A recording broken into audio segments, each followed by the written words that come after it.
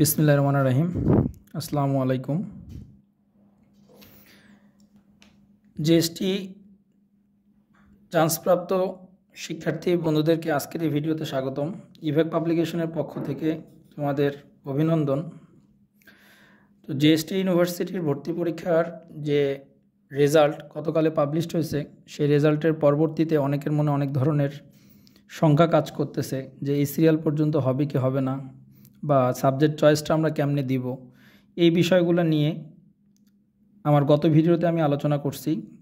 আজকে এই ভিডিওতে আলোচনা করব যে সাবজেক্ট চয়েস নিয়ে। তার মধ্যে একটা ইউনিভার্সিটি, আমার ভিডিওতে আমি ডিসক্রিপশনে ভিডিও লিঙ্ক দিয়ে দিব, যশোর বিজ্ঞান ও প্রযুক্তি বিশ্ববিদ্যালয়ের আমি সাবজেক্ট চয়েস কেমন দিবা তোমরা সেটা দিয়ে দিছি। আজকে আমি দিচ্ছি Noakhali science and technology university, তার সাবজেক্ট চয়েস।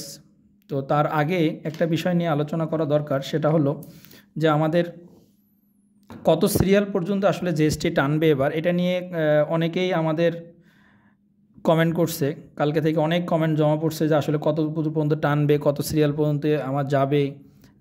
এই নিয়ে অনেকের মনে অনেক ধরনের কোশ্চেন আছে। আমি গত ভিডিওতেও একটা জিনিস ক্লিয়ার করছি যে যারা ম্যাথ দাগাইছে বায়োলজি দাগায়নি, আবার যারা বায়োলজি দাগাইছে ম্যাথ দাগায়নি, দুটার কিন্তু পথটা আলাদা, সাবজেক্টগুলো আলাদা। যারা বায়োলজি দাগায় নাই, ম্যাথ দাগাইছে, তারা বায়োলজিক্যাল অনুষদের প্রায় 70% যে সাবজেক্ট সেটাতে কিন্তু অ্যাপ্লাই করতে পারবে না। আবার যারা বায়োলজি দেখাইছে ম্যাথ দেখায় নেই, তারা ইঞ্জিনিয়ারিং অনুষদ এবং বিজ্ঞান অনুষদের কিছু সাবজেক্টে তারা কিন্তু অ্যাপ্লাই করতে পারবে না। তার মানে দুইটা পথ কিন্তু টোটালি ভিন্ন। আর যারা বায়োলজি ম্যাথ দেখাইছে তারা মোটামুটি সবগুলোর জন্য অ্যাপ্লিকেবল হবে। অতএব সিরিয়াল এখানে খুব একটা মেনটেন করবে না, বা মেনটেন করা উচিতও হবে না। এখানে দেখতে হবে বিষয়ভিত্তিক মার্কটা কত। বিষয়ভিত্তিক মার্ক যদি 10+ থাকে, তাহলে তুমি কিন্তু বিভিন্ন বিশ্ববিদ্যালয়ে কিন্তু তুমি নিশ্চয়ন করতে পারো। আর নিশ্চয়ন যদি প্রাথমিক নিশ্চয়ন না করে থাকো, তাহলে সেক্ষেত্রে কিন্তু পরবর্তীতে যে আমার 4 ধাপে যে ভর্তি প্রক্রিয়াটা সম্পন্ন হবে এবং সর্বশেষ সিট ফাঁকা থাকা স্বার্থে গণবিজ্ঞপ্তি যে দিবে, সেখানে কিন্তু আমরা নিশ্চিত করে সিট পাবো এটা বলতে পারবো না, কারণ ওই সময় কিন্তু আমাদের আর নিশ্চয়নের কোনো সুযোগ থাকবে না। তো যার কারণে আমাদের প্রাথমিক নিশ্চয়নটা কিন্তু করতে হবে। আমি গত ভিডিওতেও বিষয়টা ক্লিয়ার করছি যে যাদের রেজাল্ট বা মার্কটা একটু খারাপ, রেজাল্টটা সিরিয়ালটা পিছনের দিকে, তারা আমার ভিডিও থেকে দেখছো বি ক্যাটাগরি, সি ক্যাটাগরি এবং এ ক্যাটাগরি, 3টা বিশ্ববিদ্যালয় ক্যাটাগরি আমি ভাগ করে দিছি। সেখানে তোমরা বি এবং সি ক্যাটাগরিটাতে তোমরা অ্যাপ্লাই করতে পারো। আরও সহজ করে যদি বলি, 10,000-এর মধ্যে তোমরা যারা আসো তারা এ ও বি ক্যাটাগরিতে অ্যাপ্লাই করবা। 10,000 থেকে 20,000-এর মধ্যে যারা আসো তারা বি ও সি ক্যাটাগরিতে অ্যাপ্লাই করবা। আর যারা 20,000-এর পরে আসো, মার্ক তোমার মোটামুটি প্রত্যেকটা বিশ্ববিদ্যালয়ে যে কন্ডিশন আছে, কন্ডিশনে মিলে তারা শুধু সি ক্যাটাগরিতে অ্যাপ্লাই করতে পারো, অথবা বিভাগ পরিবর্তনে অ্যাপ্লাই করতে পারো। আর যদি কেউ মনে করো যে আমি 20,000-এর মধ্যে থেকেও বিভাগ পরিবর্তনে অ্যাপ্লাই করব, তাহলে তোমরা সেটা করতে পারো। কিন্তু একটা কথা মাথায় রাখবা, বিভাগ পরিবর্তনের ক্ষেত্রে কিন্তু সিট সংখ্যা কিন্তু সায়েন্সের জন্য খুব একটা বেশি নাই, এটাও কিন্তু খেয়াল রাখতে হবে। তো যাই হোক, আজকে আমরা Noakhali science and technology university subject choice দিব। তো এই সাবজেক্ট চয়েস দেওয়া হয় কয়েকটা বিষয়ের উপর ভিত্তি করে। একটা বিষয় হলো কি, যে ওই ইউনিভার্সিটির সাবজেক্টগুলোর অ্যালামনাই কতটা স্ট্রং, এটার উপর ভিত্তি করে। স্ট্রং বলতে এটা কতদিন ধরে অ্যালামনাই চলতেছে, কতগুলো ব্যাচ বের হয়েছে সেটা। 2 নম্বর হলো যে ওখানে পড়াশোনার মান কেমন, ডিপার্টমেন্ট কতটা স্ট্রং, টিচার কতটা ভালো, পিএইচডিধারী কেমন আছে কেমন নাই। এই সব বিষয়ের উপর ভিত্তি করে কিন্তু আমরা চয়েসগুলো দেওয়ার চেষ্টা করি। তো যাই হোক, আজকে এই ইউনিটের আমরা সাবজেক্ট চয়েস দিব। এই ইউনিটের সবচেয়ে ভালো যে সাবজেক্টটা, সে সাবজেক্টটা হলো ফার্মেসি। ফার্মেসির পরে যে সাবজেক্ট সেটা হলো সিএসসি। সিএসসির পরে সেটা হলো applied chemistry and chemical engineering. তারপরে হলো মাইক্রোবায়োলজি, তারপরে হলো সফটওয়্যার ইঞ্জিনিয়ারিং, তারপরে হলো ট্রিপলি, তারপরে হলো ইনফরমেশন অ্যান্ড কমিউনিকেশন ইঞ্জিনিয়ারিং, তারপরে হলো কি বায়োটেকনোলজি অ্যান্ড জেনেটিক ইঞ্জিনিয়ারিং, তারপর হলো কি biochemistry and molecular biology, fisheries and marine science, agriculture. হ্যাঁ, এখন এখানে একটা কথা আছে, অনেকে বলতে পারে এগ্রিকালচারকে আমি এখানে পিছনে রাখলাম কেন। এই জায়গায় ফিশারিজের পরে কিন্তু ডিপার্টমেন্ট এগ্রিকালচার, বা এগ্রিকালচারের যে সেটা কিন্তু আমাদের মোটামুটি ফিশারিজের পরেই।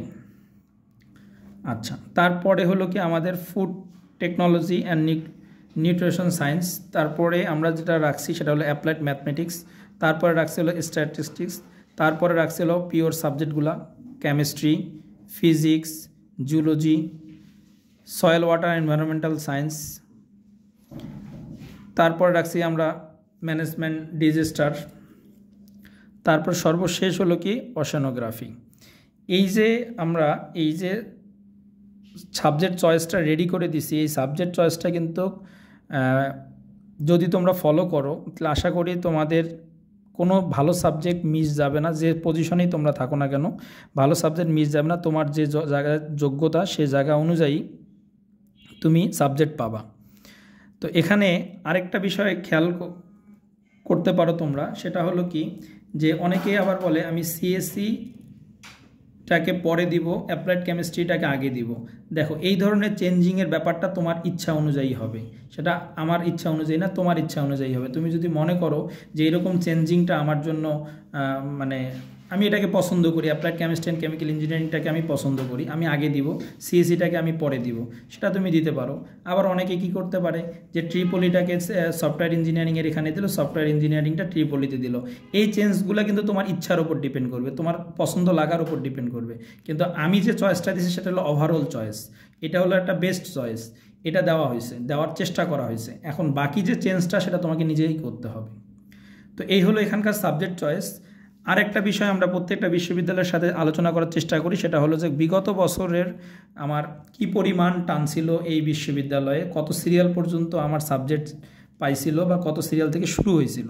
তো ফার্স্ট মেরিট পজিশন ছিল এই ইউনিভার্সিটির 2036, সেটা কী পাইছিল, ফার্মেসি পাইছিল। আর ইন্ডিং মেরিট পজিশন ছিল হলো 17,435, সেটা পাইছে ওশেনোগ্রাফি পাইছিল। তার মানে নোয়াখালীতে পজিশন স্টার্ট হয়েছে 2036 থেকে, এবং লাস্ট যে স্টুডেন্টটা নোয়াখালীতে ভর্তি হয়েছে তার পজিশন হলো 17,435। তাহলে 23-24-এর যদি আমি পর্যালোচনা করি, এখানে আবার আরেকটা বিষয়ও আছে যে জিএসটি থেকে বের হয়ে গেছে ভালো ইউনিভার্সিটি যেগুলো ছিল, তার মধ্যে বের হয়ে গেছে আমাদের সাস্ট, তার মধ্যে বের হয়ে গেছে আমাদের জগন্নাথ, তার মধ্যে বের হয়ে গেছে খুলনা ইউনিভার্সিটি, হাজী মোহাম্মদ দানেশ বিজ্ঞান ও প্রযুক্তি বিশ্ববিদ্যালয় এবং কুমিল্লা বিশ্ববিদ্যালয়। এগুলা ছিল যেহেতু যার কারণে হয়তো বা এরকম মার্ক আসছে বা এরকম পজিশন আসছে, এটা মনে করতে পারো, কিন্তু না, এবারও কিন্তু এরকম পজিশন যাবে। কারণটা হলো কি, এবার সাবজেক্ট কন্ডিশনটাকে স্ট্রংলিভাবে ভার্সিটিগুলা তার সার্কুলারে প্রকাশ করছে।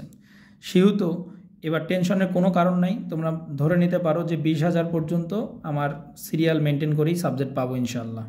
আর এর পরে যেগুলো সেগুলো সিরিয়ালে বাইরে পাবো, কিন্তু 15,000 বা 16,000 পর্যন্ত আমরা নিশ্চিত থাকতে পারি সাবজেক্ট আমরা কিন্তু পাবোই। তো আশা করি আজকের ভিডিওর যে নোয়াখালী সায়েন্স অ্যান্ড টেকনোলজি ইউনিভার্সিটির আমরা চয়েস প্লাস হলো যে কত মার্ক কত পজিশন পর্যন্ত গত বছর টান ছিল এবং লাস্ট কত মানে পর্যন্ত আমি সাবজেক্ট পেতে পারি, এই বিষয়গুলো নিয়ে আজকে ভিডিওতে আলোচনা করা হলো। আশা করি তোমরা এই ভিডিওর মাধ্যমে তো উপকৃত হবা। তো আজকে এই পর্যন্ত, আল্লাহ হাফেজ।